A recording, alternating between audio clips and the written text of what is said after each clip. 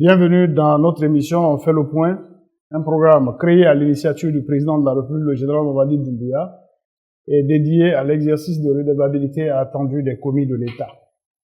Pour les ministres comme pour les hauts fonctionnaires, il s'agit de rendre compte de l'utilisation des ressources financières mises à leur disposition en 2024, les chantiers réalisés avec les difficultés rencontrées et les perspectives.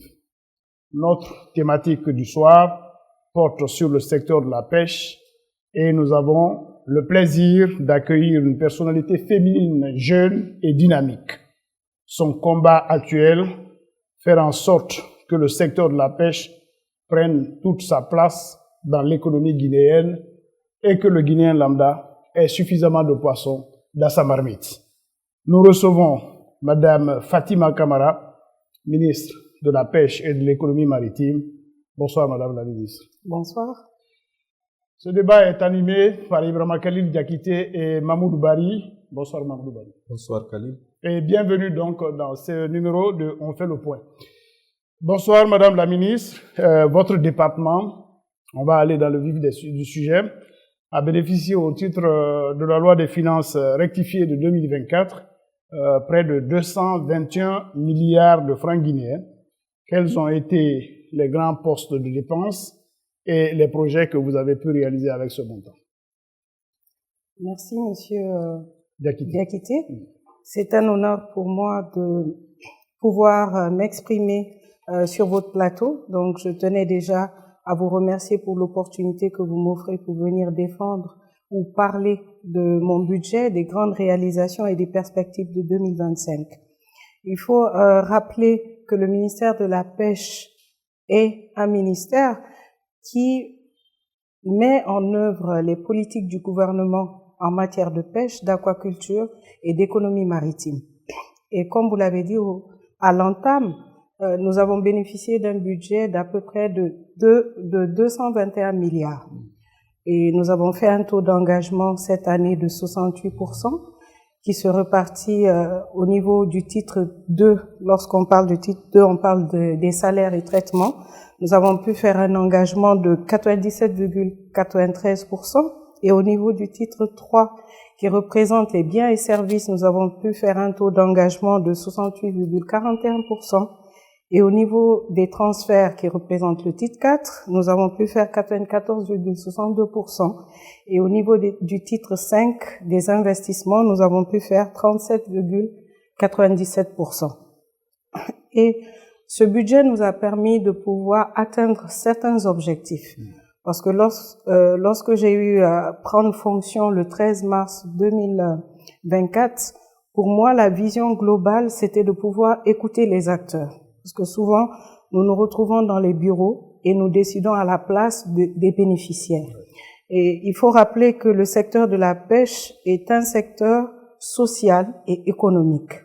Et pour que les acteurs puissent sortir de la précarité, j'ai vraiment jugé nécessaire qu'il fallait être à leur écoute. Donc, nous avons fait le tour des débarcadères afin d'échanger avec les acteurs pour pouvoir évaluer leurs besoins réels. Et nous avons fait cet exercice qui nous a permis vraiment d'évaluer les besoins.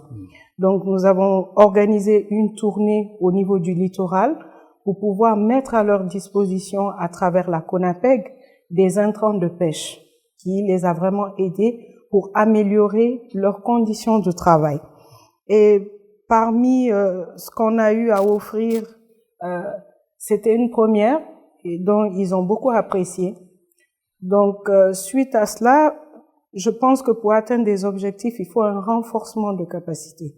Et ce renforcement de capacité a été à tous les niveaux, au niveau de toutes les directions et au niveau aussi international. Nous avons des cadres qui sont allés, nous avons 11 cadres qui ont participé à des formations à l'international, au niveau de l'Espagne, au niveau de la Mauritanie, au niveau du Maroc. Et au niveau aussi interne, chaque direction s'est prêtée à l'exercice pour pouvoir former les cadres de chaque direction. Donc, toujours dans le sens des activités que nous avons eu à mener, il fallait faire un rebond. Lorsque je parle de rebond, c'est de pouvoir actualiser la coopération qui existe entre nous et les autres pays. Donc, j'ai effectué des déplacements ainsi que les cadres du ministère pour renouer des accords au niveau international. Donc, nous allons justement parler de ces accords. D'ici là, vous avez cité un certain nombre d'actions que vous avez menées, notamment le renforcement des capacités, vous avez sillonné le littoral. Quels ont été vos grands constats? Et est-ce qu'aujourd'hui, sur ce plateau, vous êtes capable de dire aux Guinéens que l'accès aux poissons produits en Guinée s'est amélioré depuis quelques mois? Alors, il faut savoir que nous ne sommes jamais satisfaits. Ouais. Et le poisson est consommé à très grande échelle au niveau de la Guinée. Donc, si vous voyez déjà qu'on a pu, au niveau de la Guinée, faire des débarquements de plus de 457 tonnes l'année, cela évalue un peu la progression qu'on a eu à faire. Mais c'est vrai que les objectifs encore sont énormes et les défis aussi sont énormes.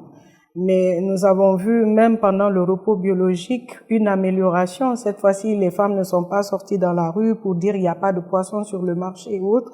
C'est parce que nous avons mis des mesures innovantes afin que le marché soit approvisionné et qu'on ne sente pas la rareté sur le marché. On a eu à faire des exonérations, on a permis à certains navires de pêcher pendant cette période à des capacités de jetée qui étaient vraiment réglementées. Et aussi, au niveau de l'exportation, on n'a pas fermé carrément, mais on a permis les produits qui sont pas brisés sur le marché guinéen d'être exportés parce qu'on ne mange pas ici de pulpe, on ne mange pas de pieuvre. Donc, c'était pour nous un objectif de pouvoir pas paralyser l'économie.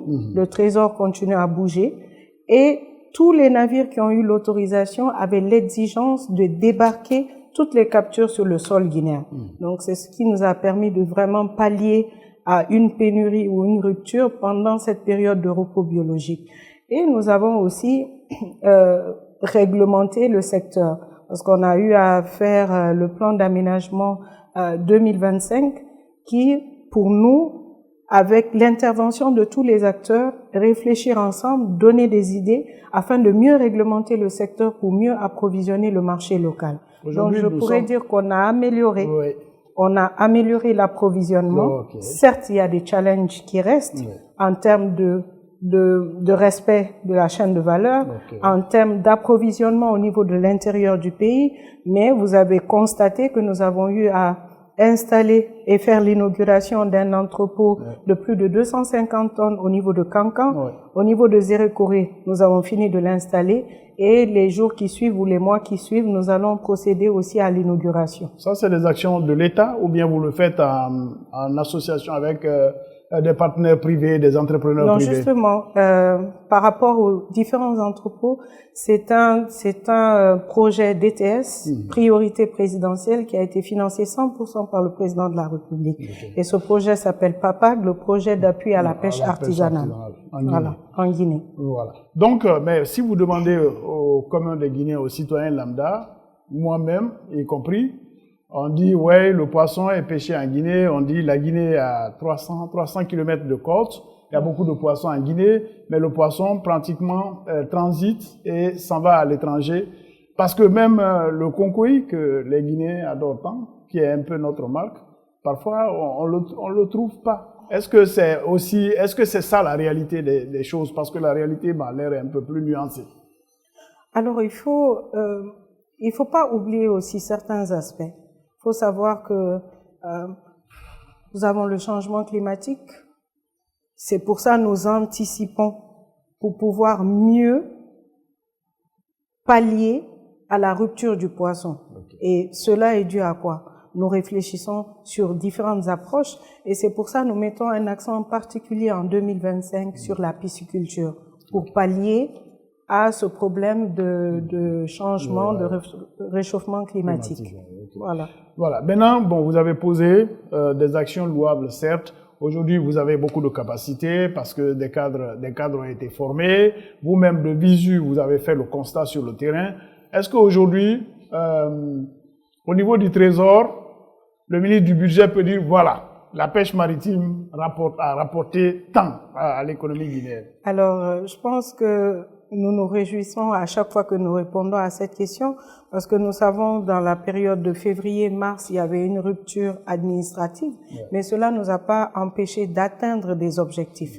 Parce que lorsqu'on prend en termes de redevances, de prévisions, nous étions à 85 milliards, mais nous avons pu faire un taux de réalisation de 98 milliards, donc disons 83 milliards, donc une nette avancée. En termes d'amende, une prévision de 2 milliards 500, nous avons pu atteindre 1 milliard 800, donc un taux de réalisation de 72%. Et au titre des exportations, nous avons fait 4 milliards 560 millions. Donc ça veut dire qu'au niveau du trésor public, on a pu atteindre 90 milliards. Donc je pense que c'est une nette contribution. Sur les objectifs sur non les quantifiés. objectifs. Ou bien les objectifs globaux. Les objectifs globaux. Ouais. Voilà. Ok, la Guinée avait une certaine réputation. C'est vrai que les choses ont changé il y a un peu plus de 2 ans. La pêche illicite non déclarée ou non réglementée qu'on appelle la pêche IN. INN. Voilà. INN, hein, c'est ça? Voilà. Quel est le niveau des pertes liées à ce phénomène et où on en est avec la lutte, parce que récemment la Guinée a été sortie. Alors déjà, c'est vrai que la Guinée a été sanctionnée pendant 16 ans. Et lors de mon... Combien d'années? 16 ans. Il n'y avait pas d'exportation sur l'Union européenne. Donc, lors de mon arrivée, il y avait déjà la suspension qui avait été levée, mais il n'y avait pas eu d'exportation. Donc, le regain, c'était de pouvoir concilier et relancer cette relation qu'il y a entre l'Union européenne et la Guinée en termes de pêche. Et nous avons pu expédier un conteneur de poissons congelés au niveau de l'Union européenne. Donc ça, on s'en réjouit de ce résultat.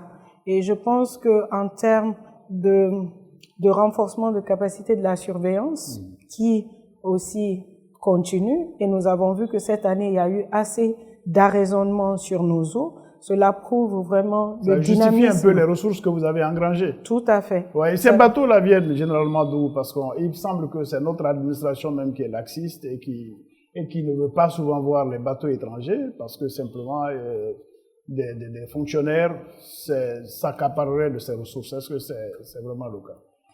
Alors, je n'aime pas être trop pessimiste par rapport à dire que les cadres ne donnent pas l'opportunité et autres. Je pense que lorsqu'il y a un cadre légal, ça devient plus facile d'attirer des investisseurs. Et je pense que le cadre légal actuellement se prête à cet exercice-là de permettre aux investisseurs de venir en Guinée.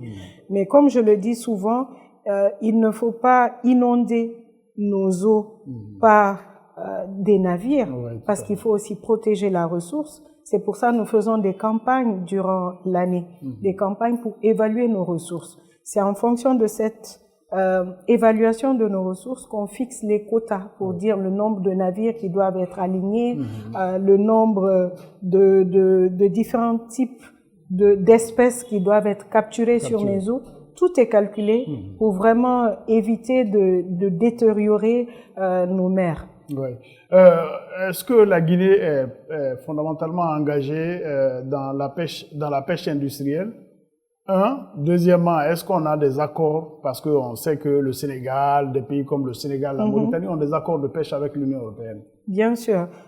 Au niveau de la Guinée, on est en train de se battre pour relancer notre accord avec l'Union européenne.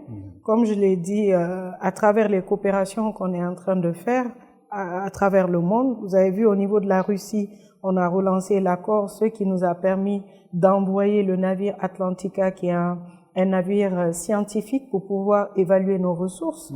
Et nous ne sommes pas limités à ça parce que nous avons demandé à ce que ces résultats soient mis à la disposition de la Guinée et de pouvoir aussi renforcer les capacités de nos cadres. Il y a eu des cadres qui sont montés au niveau du navire, qui ont bénéficié de la formation et qui iront aussi en Russie pour pouvoir continuer cette formation. En termes de pisciculture, la Russie est très avancée et a apporté de très grandes technologies que nous voulons aussi bénéficier. Donc, au niveau aussi du Maroc, de la COMAFAT, la Guinée, normalement, doit prendre la présidence et au niveau de la COMAFAT et au niveau de la commission sous-régionale de la pêche. Donc, ça aussi va permettre de pouvoir développer le secteur.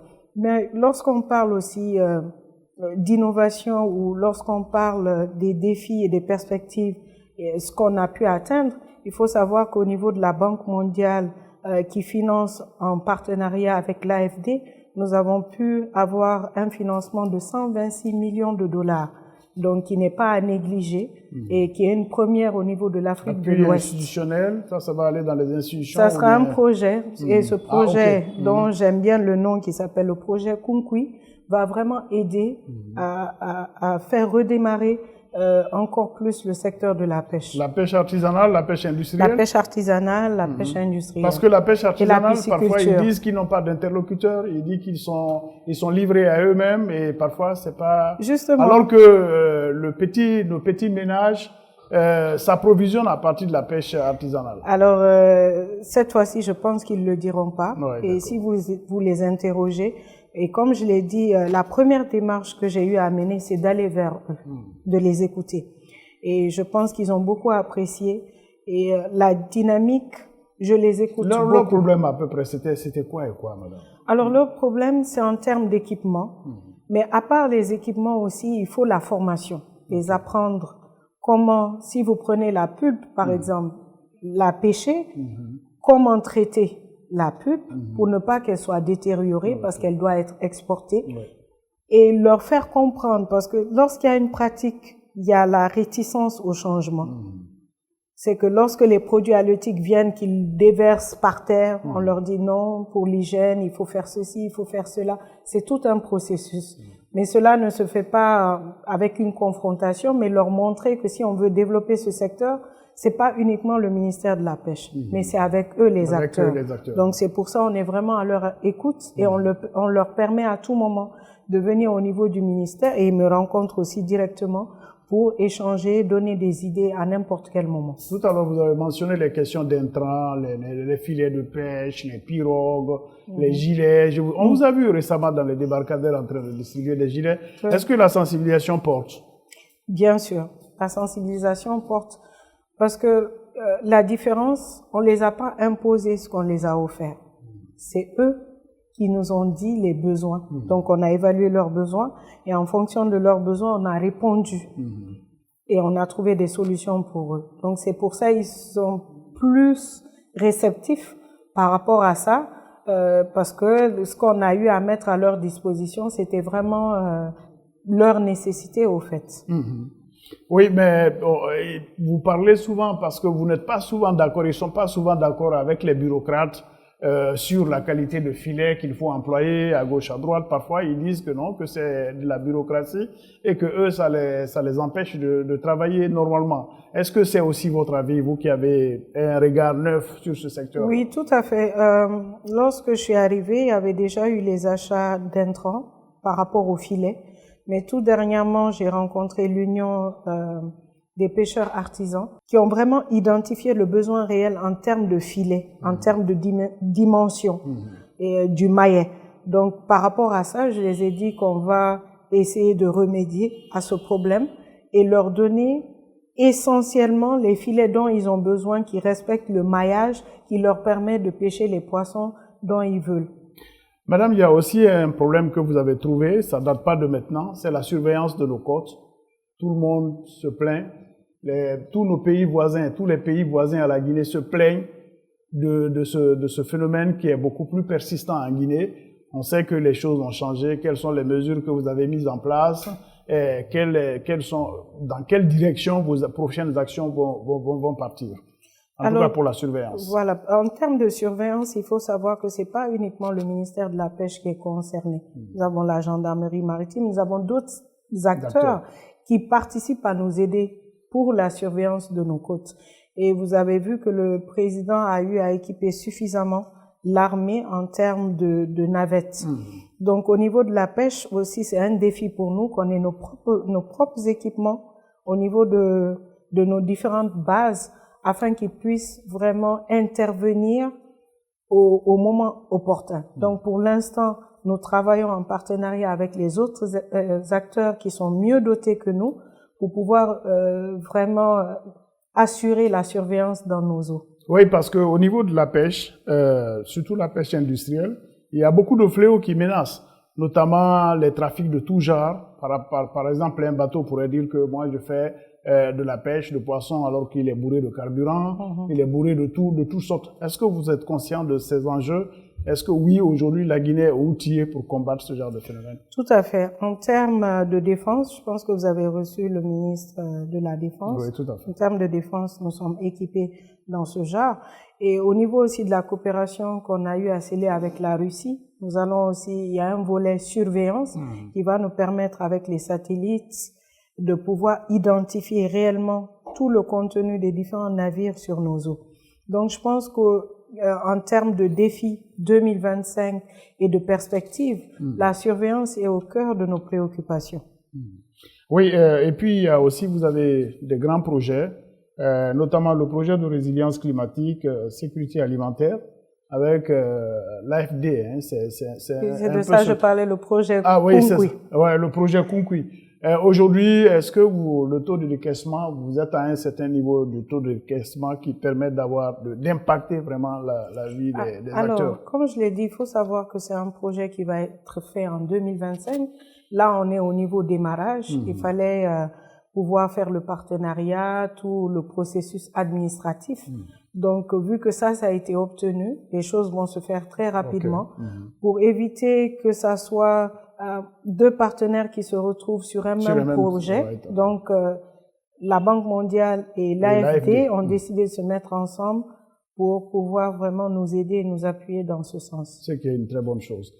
Madame, nous arrivons au terme de la première partie de cette émission. La deuxième partie va être tout à l'heure conduite par Mahmoud Bari, ça s'appelle le face-à-face.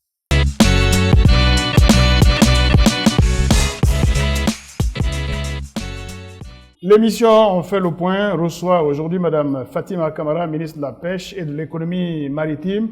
Nous abordons la deuxième partie de cette émission, c'est la partie face à face et c'est Mahmoud Bari qui conduit le débat, l'entretien. Madame la ministre, de nombreuses plaintes persistent quant à l'obtention des licences de pêche. Qu'en est-il aujourd'hui? Je pense que lors de la première partie, j'ai eu à parler du plan d'aménagement. Et le plan d'aménagement 2025, il y a une rubrique, la condition d'accès, qui réglemente au fait l'obtention de la licence.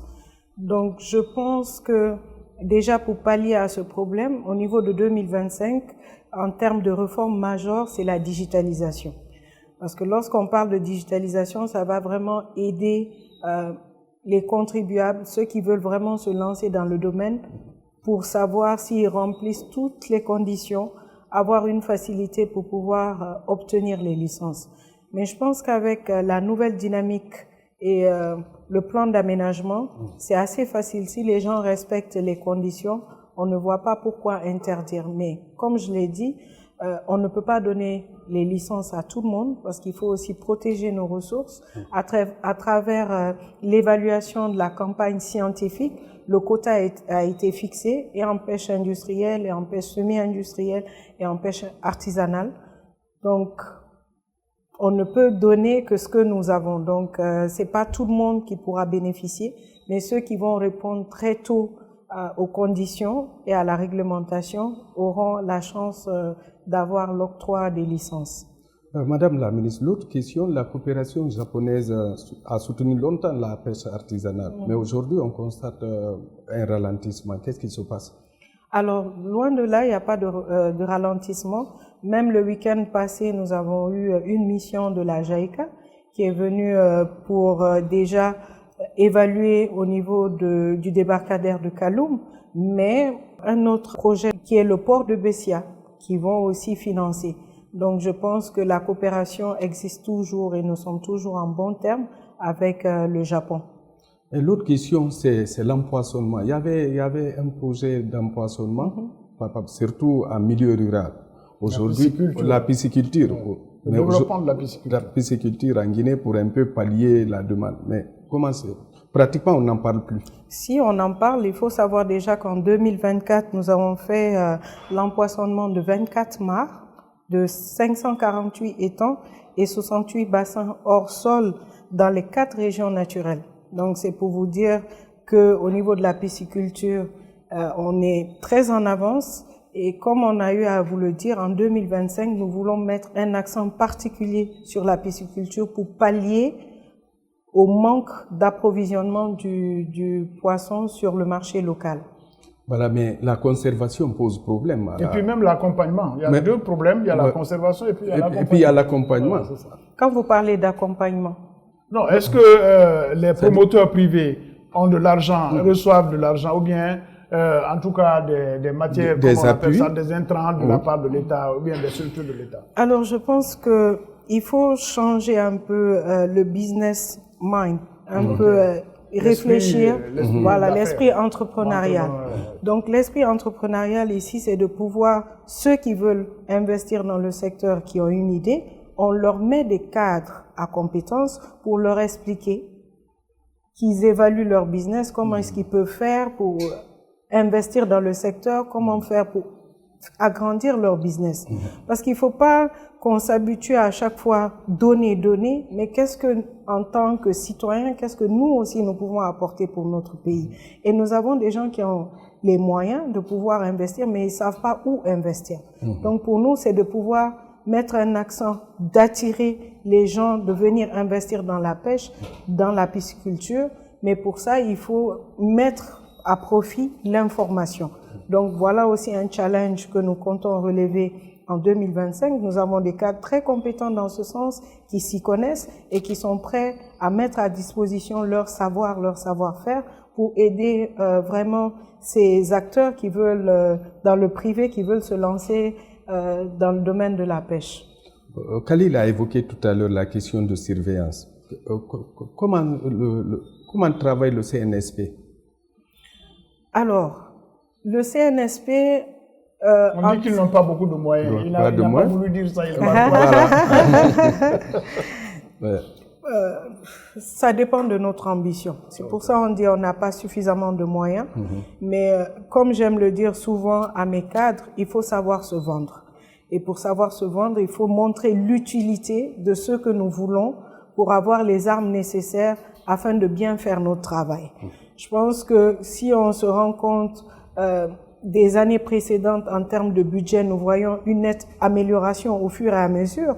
Et je pense que notre contribution au niveau du Trésor public montre à suffisance que si on est mieux doté, on peut mieux aider l'État à pouvoir renflouer les caisses. Donc je pense que c'est un processus progressif et je pense qu'au niveau de notre chef du gouvernement, M. Amadou Riba, ne ménage aucun effort de nous accompagner dans ce sens.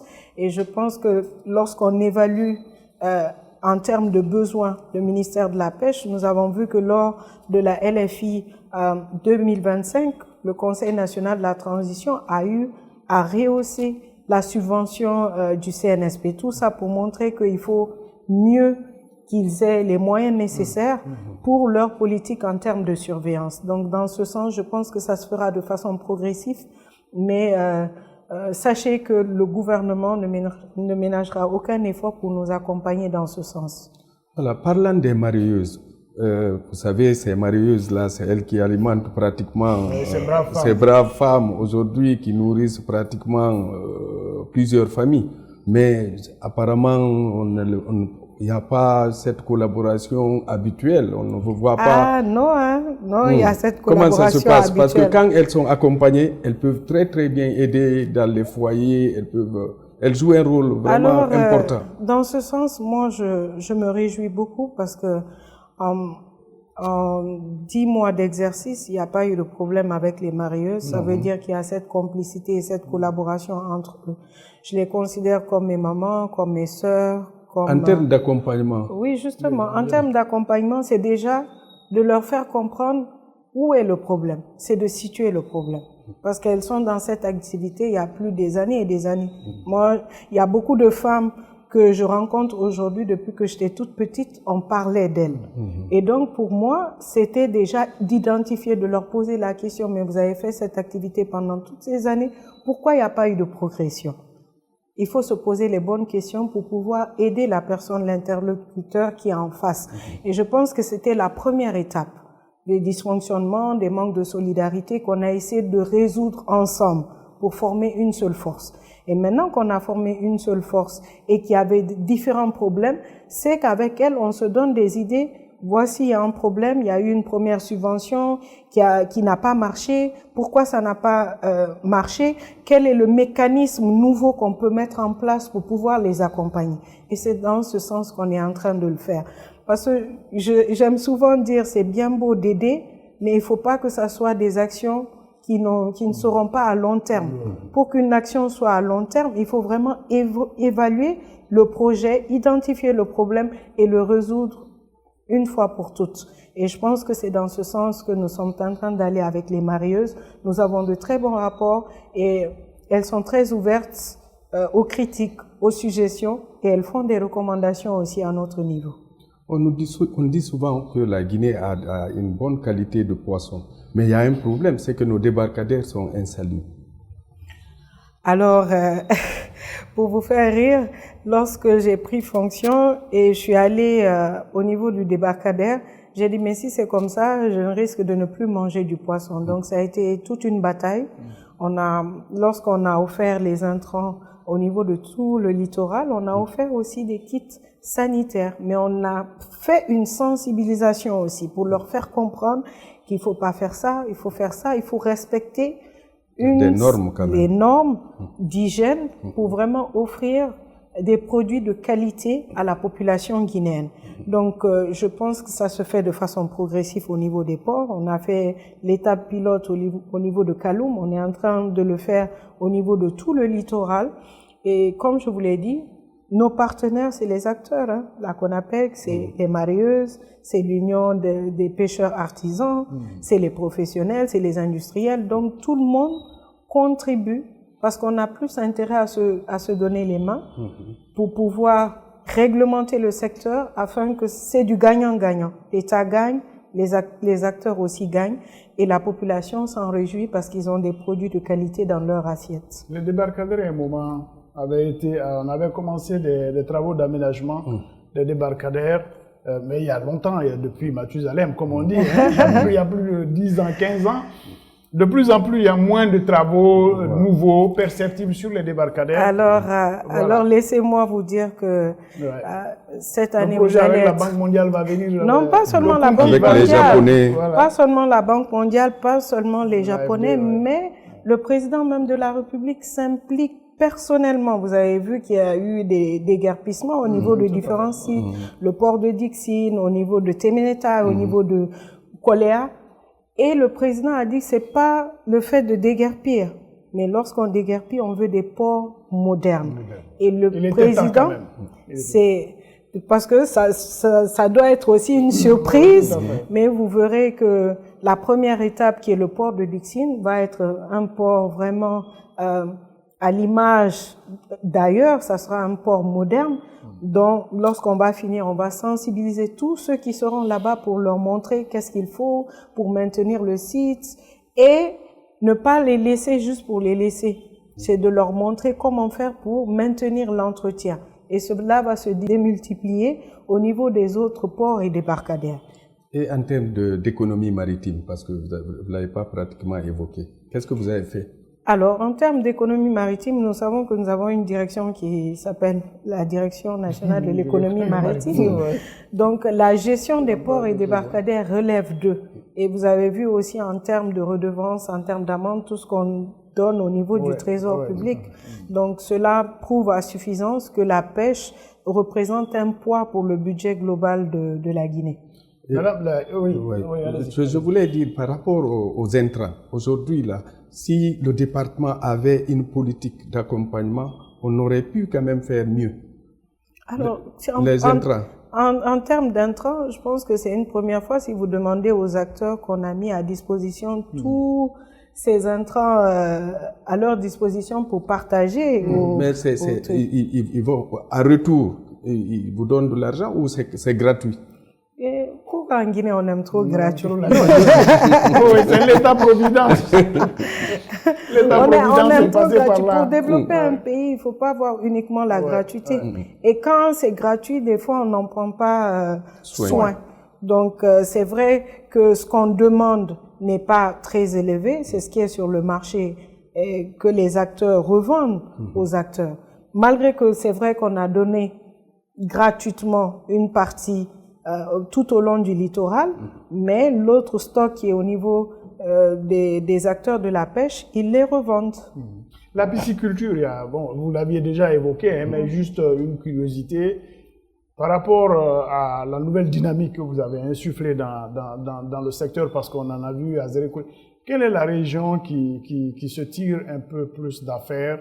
Et quand vos techniciens les côtoient, quelles sont un peu les petites difficultés? Parce qu'on entendait qu'au plan, l'alimentation du poisson posait un peu problème. Est-ce que la Guinée est en train de s'organiser pour produire un peu pour la pisciculture? Oui, tout à fait. Voilà. C'est vrai qu'en termes de nourriture, ça causait problème parce que c'était plus dans les pays de la sous-région.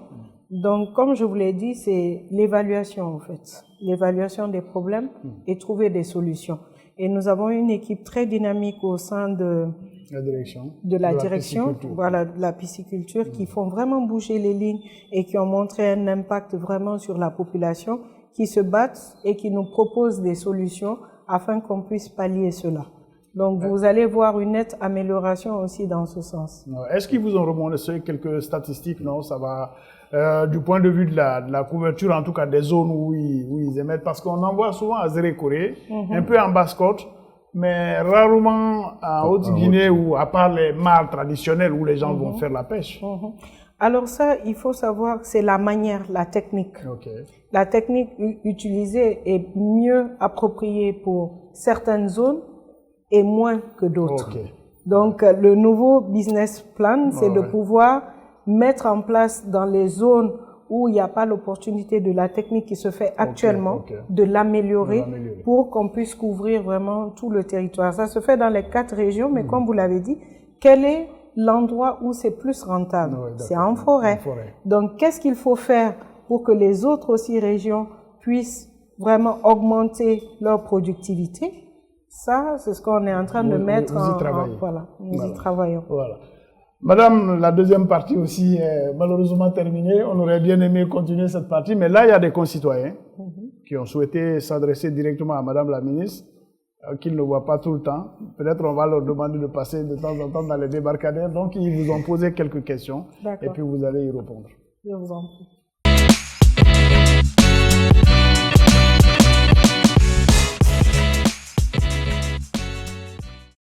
Moi, c'est Madame Nedjelikatou Chérif Aïdara. Je suis transformatrice, marieuse. Nous, les femmes, on a d'énormes difficultés, mais on ne pourra citer que les prioritaires, c'est-à-dire l'infrastructure. Comme vous le constatez déjà, on n'a pas de lieu de transformation adapté à notre activité.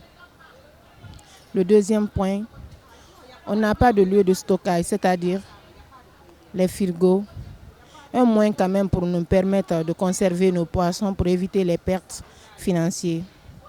Le troisième point, je m'en vais dire aussi le financement. Parce que si tu entends une femme vendeuse, c'est parce qu'elle a un seau dans lequel elle est en train d'investir. C'est les problèmes majeurs de notre activité. Ali Kamara,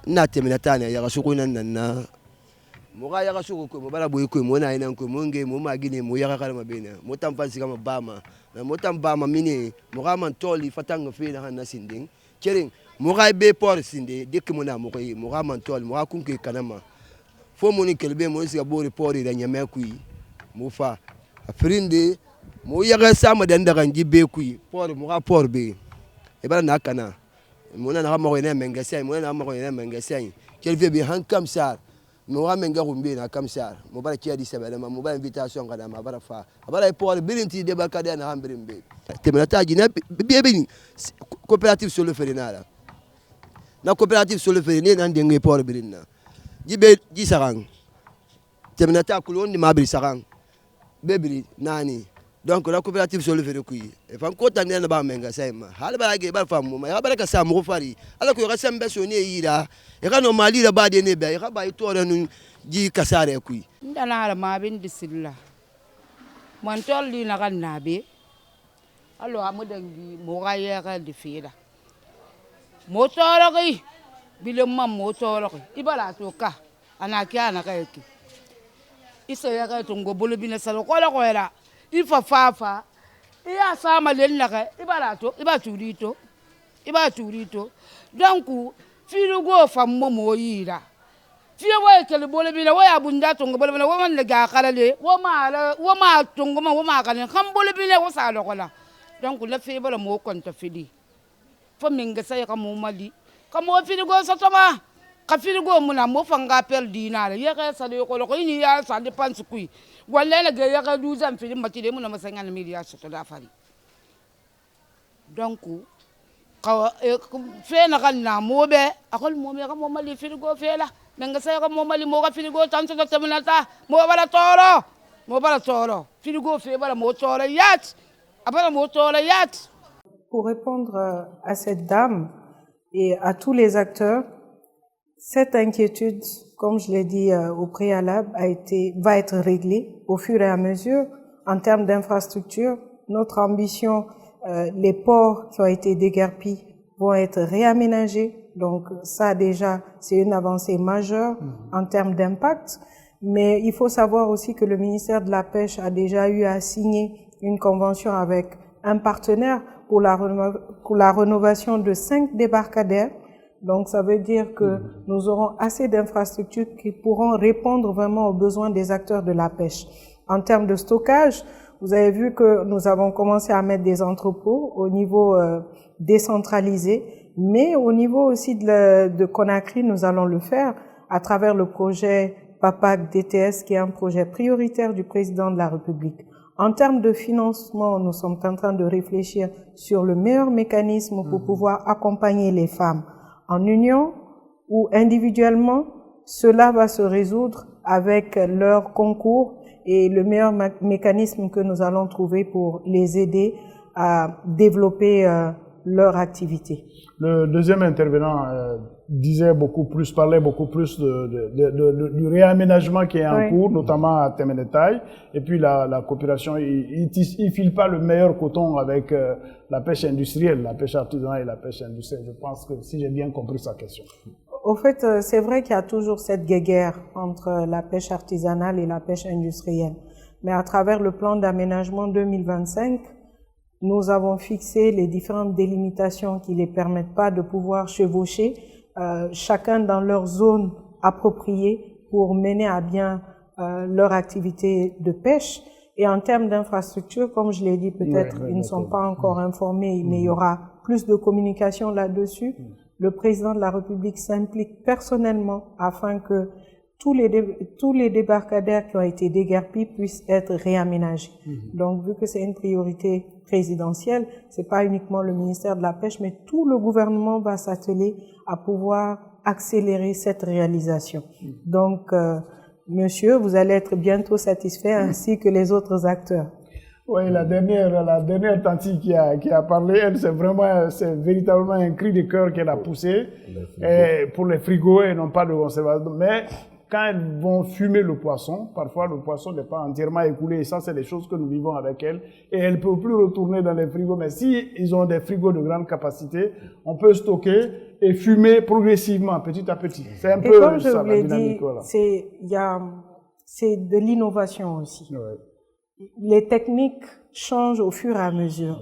Actuellement, même si c'est pas les frigos, nous avons des glacières solaires qui puissent permettre de conserver les produits halieutiques.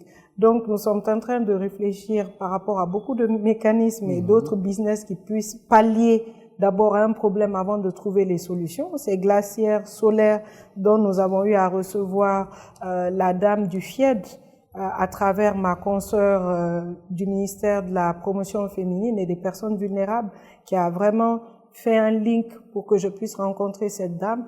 et qui est prête vraiment à nous accompagner pour mettre à disposition des marieuses des glacières solaires qui peuvent pallier par exemple à ce problème de frigo en attendant qu'elles ont des frigos. Parce que c'est vrai au niveau de Kaloum, nous avons eu à faire la rénovation de l'hangar de fumage qui était aussi un problème. Donc sachez qu'au fur et à mesure, nous allons vraiment nous tourner vers tous les problèmes des différents ports et débarcadères pour pallier à cela. Et je profite pour inviter ces acteurs à ne ménager aucun effort pour l'entretien et pour la survie de nos sites. Parce que c'est bien beau de mettre à disposition, mais si on ne prend pas soin de ça, ça va être détérioré à tout moment. Madame la ministre, l'autre question aussi, c'est la sécurité au niveau de ces débarcadères. Parce que dans ces débarcadères, vous avez toutes les nationalités. Et vous savez, il y a un problème d'intérêt et tout. Qu'est-ce que vous faites aujourd'hui pour sécuriser et ceux qui sont là et ceux qui viennent acheter? Voilà, c'est pour ça que je ris, parce que le déguerpissement s'est fait aussi à cause de ça, en termes d'insécurité, en termes d'insalubrité. C'est pour pallier à tous ces problèmes qu'il y a eu le déguerpissement. C'est vrai que ça a failli causer quelques problèmes en termes protocolaires mais heureusement, nous étions en comité, il y avait le ministre des Affaires étrangères pour pouvoir vraiment nous aider à faire comprendre aux pays voisins de l'enjeu, pourquoi il y a eu déguerpissement, pourquoi il faut le faire. Donc, en termes aussi sécuritaires, sachez que toutes les dispositions sont en train d'être prises pour qu'on puisse pallier à ce fléau. Et cela est dû vraiment au résultat des consultations ou des concertations avec ces acteurs, parce qu'ils nous ont remonté qu'il y a assez de drogues qui sont vendues, leurs enfants souffrent, il n'y a pas de sécurité au niveau des débarcadères. Donc c'est pour répondre à leurs préoccupations, trouver des solutions pour eux que nous sommes en train de faire tout ça. Maintenant, il y a un gros phénomène qui se passe le plus souvent un peu loin des rivages. Hein. C'est un peu la cohabitation difficile entre les industriels et la pêche artisanale. Parfois, il y a tellement de plaintes sur des filets qui auraient été endommagés et parfois, c'est une véritable guérilla que les gens se livrent en haute mer, par exemple. Justement, mais comme je l'ai dit, pour répondre à ça, dans le plan d'aménagement, on a fixé les différentes zones pour ne pas qu'il y ait des chevauchements entre la pêche artisanale et la pêche industrielle. Est-ce que vous entretenez des relations avec des pays comme le Sénégal, la Mauritanie, la Guinée-Bissau en matière de pêche, surtout que c'est la même zone, le littoral? Tout à fait. Au fait, j'ai commencé par le Sénégal.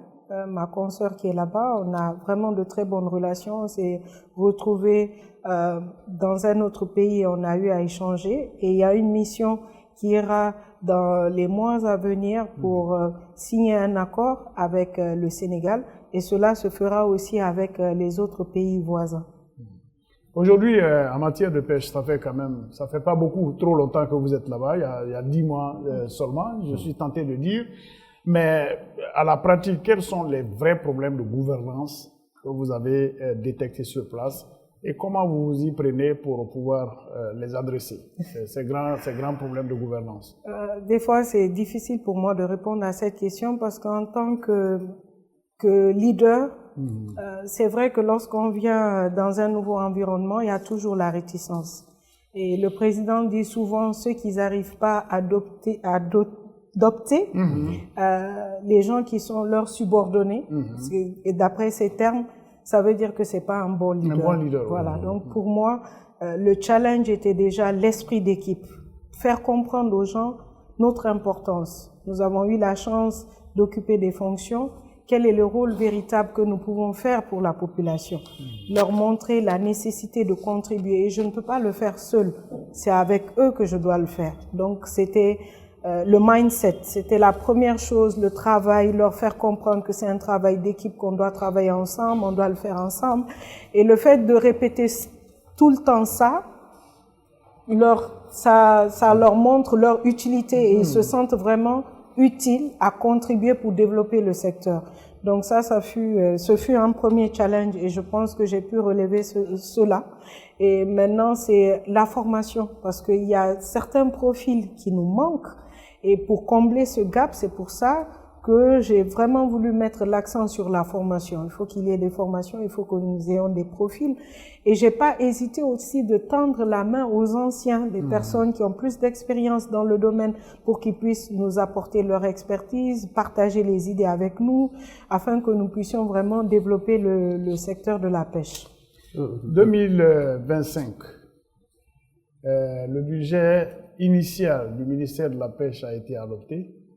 Je ne sais pas s'il est en augmentation ou pas, mais si on vous demande, Madame la ministre, de citer comme ça, en fin 2025, on vous pose la question, quels sont les projets que Madame la ministre voudrait voir réalisés du bout des doigts comme ça, et puis avec quelques petites explications, quels sont les projets qui vous tiennent à cœur? La digitalisation. Ouais.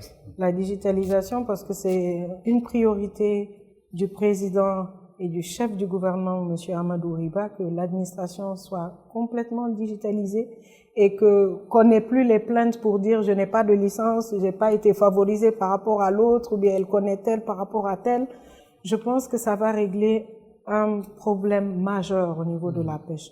Et moi, avant que je n'arrive à ce département, j'arrivais pas à comprendre quand les gens disaient « Ah, c'était difficile d'avoir une licence de pêche, on n'a pas de licence de pêche. » Donc, pour moi, la réforme majeure, c'est la digitalisation, la formation, la surveillance, les infrastructures. Comme vous avez vu, les intervenants, c'est comment conserver nos produits, comment vraiment améliorer la chaîne de valeur. 2025, fin 2025, c'est ça, au fait, le résultat pour moi. Si on me dit si j'ai eu à accomplir quelque chose au niveau de ce ministère, ça sera ça. La surveillance en quels termes? Parce que vous avez dit tout à l'heure, vous avez semblé dire que le ministère de la Défense s'en occupait déjà assez bien. Oui, assez bien, mais il faut avoir les propres moyens de notre politique. Voilà, aussi. mais oui, vos équipes doivent être dotées en équipement. Totalement. Ils seront dotés. Les financements qui sont annoncés vont aller aussi dans ce sens. Vont aller dans ce sens. Voilà. Il y aura un renforcement de capacité, en termes d'infrastructures aussi, en termes d'équipement de surveillance. Donc, je pense que le CNSP sera doté par rapport à cela. Les ministères ne sont pas assez visibles à l'intérieur. Si on demande à Madame la ministre quelle est l'infrastructure qu'elle voudrait avoir à l'intérieur du pays, qu'est-ce qui vous Justement, on a un projet dans ce sens pour pouvoir faire la rénovation des différentes bases du CNSP à l'intérieur du pays, parce que je suis allée. Donc, j'ai vu un peu, moi-même, j'ai pointé du doigt les différents problèmes et les réalités que nos inspecteurs vivent à l'intérieur du pays. Et c'est pour ça, en 2024, je me suis battue, parce que lorsque j'étais au CNT, pour que le budget alloué, qu'il y ait vraiment une rétrocession au niveau de nos services déconcentrés, qui puissent être à l'aise et pour pouvoir rendre leur travail plus mais vous probable. connaissez un peu la pratique des EPA et des organismes publics en Guinée, hein? Vous connaissez bien la pratique. Comme on me traite de sévère au sein de mon ministère, je pense que dans ce sens... Vous êtes déjà sur la bonne voie. Madame, à quand les usines de sardines et autres produits en Guinée? Alors, il faut réfléchir à beaucoup d'aspects. Il ne faut pas avoir uniquement l'aspect « il faut de la sardine ». Mais est-ce que la sardine, elle est bien pour nos produits halieutiques? C'est des questions aussi qu'on se pose. Est-ce que ça ne détériore pas plus la ressource? Donc, à travers ces questions, nous allons trouver des solutions. Donc, pour l'instant, c'est vrai qu'on est un peu sceptique par rapport à les navires industriels qui font directement la pêche et qui transforment les produits halieutiques en boîtes de conserve. Nous avons vu un peu l'exemple qui s'est passé au Maroc. Donc, je pense qu'on en tire des leçons et on essaye de voir quelle est la meilleure solution pour notre pays. Moi, j'ai des amis qui m'ont parlé du Konkoï. Mais ça fait 20 ans qu'on parle du Konkoï de la même façon. C'est-à-dire, est-ce qu'il y a un projet aujourd'hui pour que, d'abord, ça soit gardé comme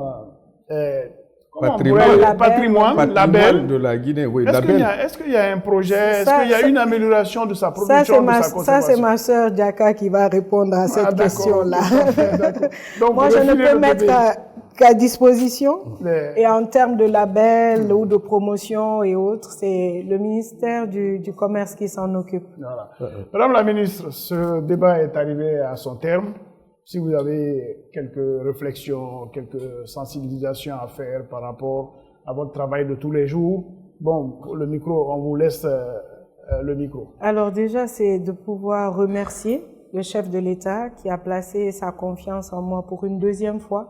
Une première fois en me nommant personne ressource au Conseil national de la transition et une deuxième fois comme ministre de la Pêche et de l'économie maritime sous proposition du chef du gouvernement, M. Amadou Riba. Je tenais à les remercier pour cette confiance et je mesure vraiment l'enjeu et je suis prête, comme toujours, bonne citoyenne, à continuer à mener à bien cette mission qu'ils m'ont confiée. Aux acteurs de la pêche, comme je vous l'ai dit, ma porte, elle est tout le temps ouverte pour vous, pour des réflexions, pour des recommandations, pour qu'on puisse vraiment développer ce secteur. À la population guinéenne de ne pas être très exigeante, de plus apporter des solutions, des conseils, au lieu de détériorer ou de critiquer, parce que au final, ce pays est pour tout le monde, pas uniquement pour le gouvernement, mais pour la population guinéenne. Merci beaucoup. Merci beaucoup, Madame la Ministre. Tout le plaisir a été pour nous de vous recevoir sur ce plateau et merci surtout pour votre disponibilité. L'émission En fait le point terminée, en tout cas pour ce numéro sur la pêche. Nous avons reçu Madame Fatima Camara, ministre de la Pêche et de l'économie maritime. Merci infiniment pour la disponibilité. L'émission En fait le point pour ce numéro est terminée. Les débats ont été conduits par Ibrahim Kadim Diakité, Mamoudou Bari et nous remercions aussi toute l'équipe de production de cette émission. À la prochaine.